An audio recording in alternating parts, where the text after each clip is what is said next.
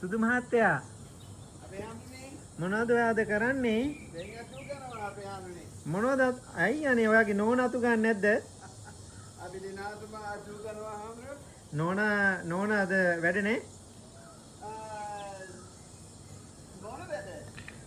ඒ කියන්නේ නෝන අද ගෙදර නැද්ද? අද නෝන ගෙදර අපේ හාමුදුරනේ ගෙදරේ. ගෙදර ඉන්නවද? නෝන පළවෙනි වැඩ කරනවා. මේ ඔයාගේ ලංකාවේ ඔයාගේ නම මොකද්ද? ඔයාගේ ලංකාවේ කියන නම මොකද්ද? ඔයාගේ ලංකාවේ නම? සෙන්කඩගල මොකද්ද? සෙන්කඩගල සුදු බණ්ඩ.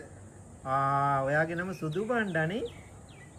මේ මගේ කොහොමද කියන්නේ? හදවත අපච්චි දුන්නා. හදවත අප්පච්චි දුන්නා මොකක්ද ඒ කියන්නේ? හදවත අප්පච්චි දුන්නා කියන්නේ? හදවත අපච්චි. මේ අපේ හාමුදුරගේ අපච්චි. මගේ අප්පච්චිද ඔයාගේ නම දුන්නේ? ඔව් අපච්චි නම දුන්නවද?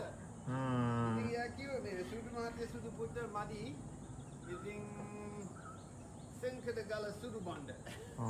ෂෝක් නමනේ. ඔයා රෝයල් වගේ දැන්. එහෙමයි හම්බුනේ. හරි එහෙනම් වැඩ කරන් යන්න. ආදම්බර. හොඳට අතු ගන්න. අතු ගන්නවා අපේ හරි හම්බුනේ. එහෙනම් හරි බුත්සන්නයි.